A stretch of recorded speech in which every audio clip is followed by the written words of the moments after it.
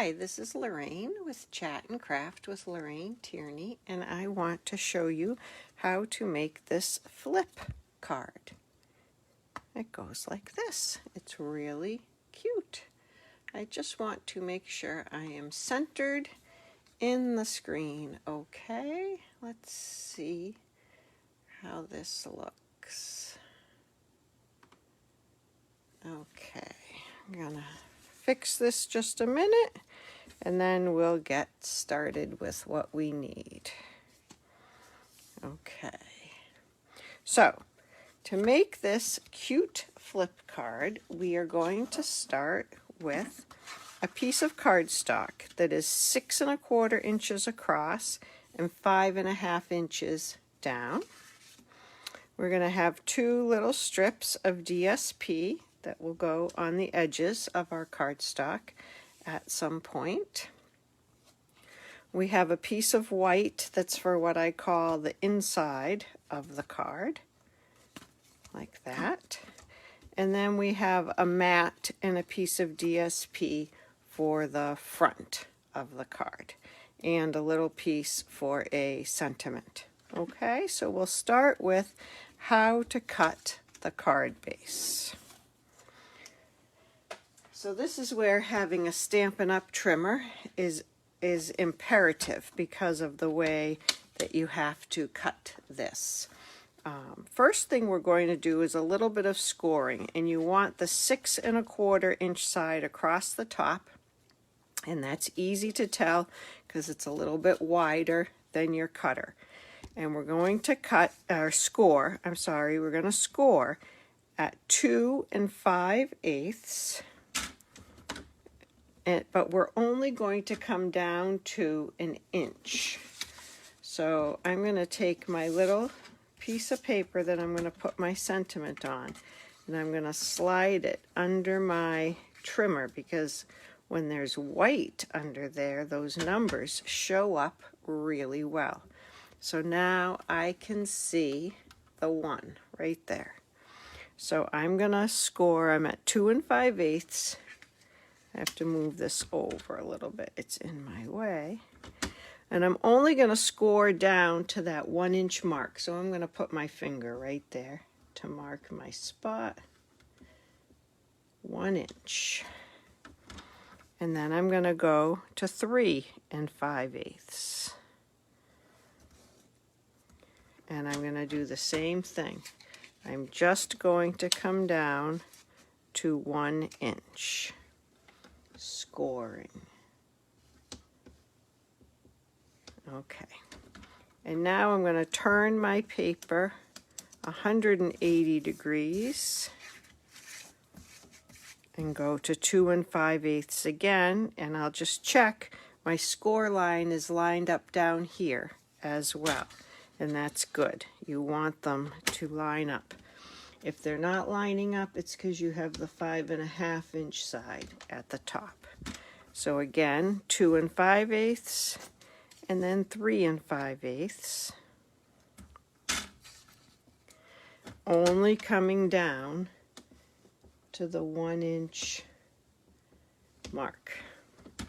Okay, so you have like a channel here and a channel here. So now we're going to use the cutting blade, and what we're going to do is cut out this frame.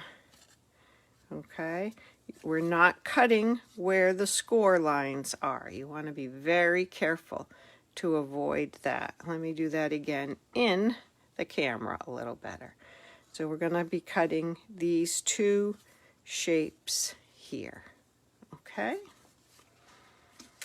so we will do that, and it's a 1 inch border. If you just remember, it's 1 inch all the way around. We're going to put our piece of cardstock at 1 inch, and the score lines are going horizontally right here. Hopefully you can see those. Where's my white piece of paper? There's a score line right there, and a score line just above it. So I'm at 1 inch, and I'm going to cut from 1 inch down to the score line. Okay, remember we want a 1-inch border all the way around this. So I'm lining up this little line at 1 inch, and my score line is right over here at my other finger. And I'm just going to come down to the score line and go back up. Okay, so we have that slit right there. Now I'm going to put the other side at 1 inch over here. I'm on the right side of my channel now. And again, I'm going to start at the 1 inch mark because we want a 1 inch border. And I'm going to come down to my score line that I can see right through my ruler. So now I have 2 of those marks, and now I can connect them. And again, I'm putting my paper at the 1 inch mark. And I'm going to start at 1 inch down, and I'm going to go to about 4.5. But I can also see my line right through my cutter. And I went a little bit too far, but that will be okay. So there's one set. Can you see that? There we go, one set. Now we're going to do the other side. So I'm going to put my paper at 1 inch on the left side of the cutter. And I have to put my white paper in here so I can see. And I'm going to cut from 1 inch to the score line. Remember, we don't want to cut through the score area. We just want a 1 inch border. And now on this right side, I'm stopped at 1 inch. And I'm going to go from the 1 inch mark to my top score line. And I have 2 cuts, and now I'm just going to connect these. Again, putting it at the 1 inch mark on the grid, and then cutting from 1 inch down to my other cut line that you can see. So now that is free. All right, we do not need our cutter anymore. And this is the part that gets a little bit confusing sometimes. When the card is finished, this top piece is going to be over on the left side. Okay, so we're going to go all the way to that second score line and fold it over. Okay, and then fold the top one back. And this is the way your card will open. So now this is a really important step. You are going to write right here that this is the front of your card. And your DSP is going to go right here. I keep putting the DSP on the wrong side when I don't mark it, so it's better to mark it. And then your other piece of DSP will go here, and this is considered the inside. So I've written that on my paper. DSP and DSP on these 2 outer ones inside, and this is the front. So the front is pretty basic. Now I have to turn it over to be able to glue something on the front. It's a piece of patterned paper, and that's what DSP stands for, Designer Series Paper, that I wrote much quicker than writing patterned paper on those edges.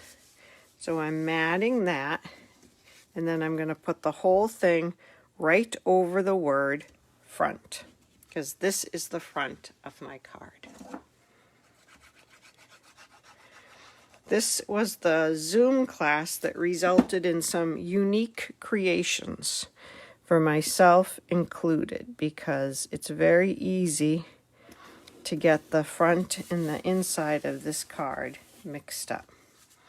Okay, and now here's where the inside goes, and here's where our 2 pieces of DSP go. These are 5 1/4 by 3/4, and I didn't give you the measurements of the other pieces of paper, but they'll be in the description of the video for you. The mat is 4 by 3 1/4, and the patterned paper is 3 3/4 by 3. But I'll put them in the description. And your piece of white for the inside here is the same as your mat. It's 4 by 3 1/4. Okay. And I'm going to put that down. All right. On this one, I used Smoky Slate and Real Red. On this one, I'm using Pool Party. And so I'm actually going to stamp my trees in Pool Party.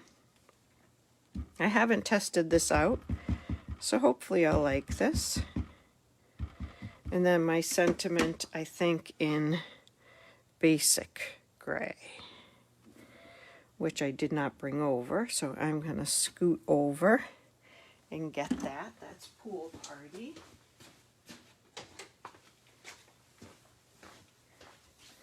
And then here's my Basic Gray. So those are the trees from the Peaceful Cabin set, and that's what this designer series paper or patterned paper goes with that. It's called Peaceful Place.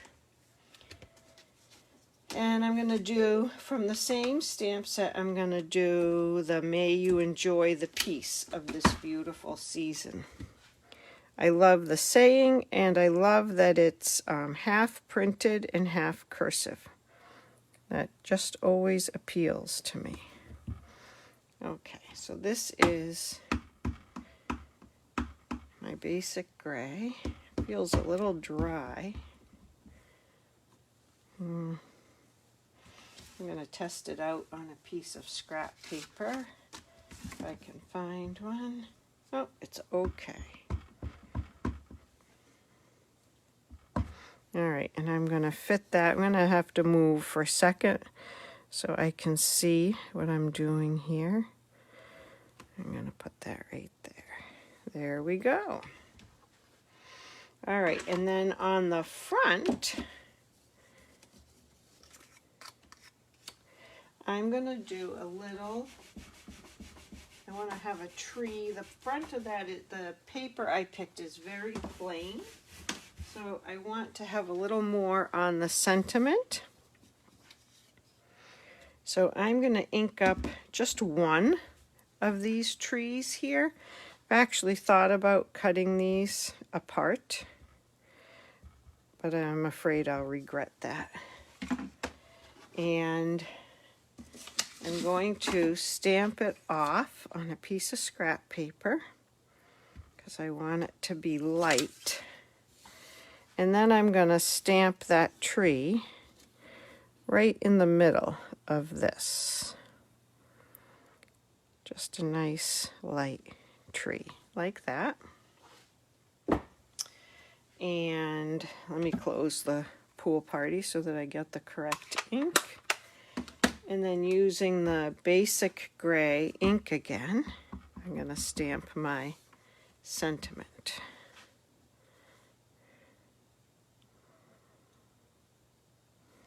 There you go. Wishing you the best.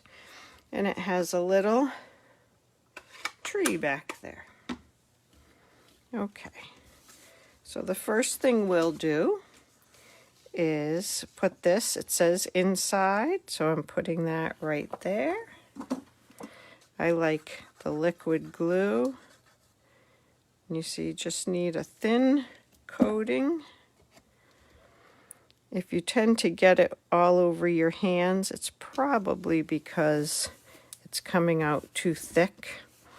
And there are some bottles that do that, that just come out thicker than others. Okay, now I'm not going to put this on until what did I do? I put my thing on upside down. No, here we go. Phew, it's not upside down. Oh, so sorry. I don't want to put it on when it's flat like this because, as you can see, a little bit of it gets covered up. And I want to center it in the part that is not covered up. And I think I'll put that on with a couple of dimensionals.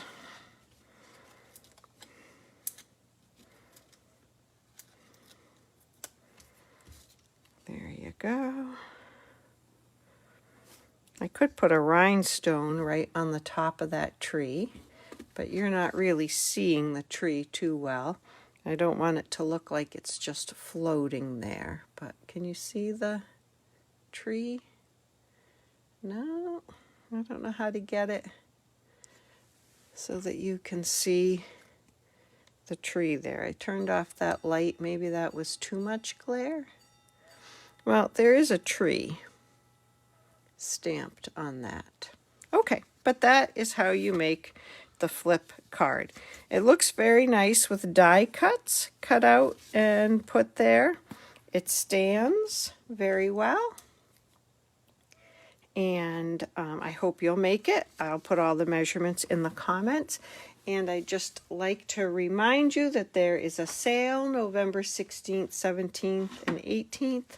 The die I used for this sentiment comes from Stitch So Sweetly, and this will be on sale 20% off next week. Papers, cardstock will be 10% off. Inks will be 15% off, and dies from the annual catalog will be 20% off. If I can help you take advantage of the sale or be your Stampin' Up! Demonstrator, please let me know. I'd love to help you out. Have a good day. Bye-bye.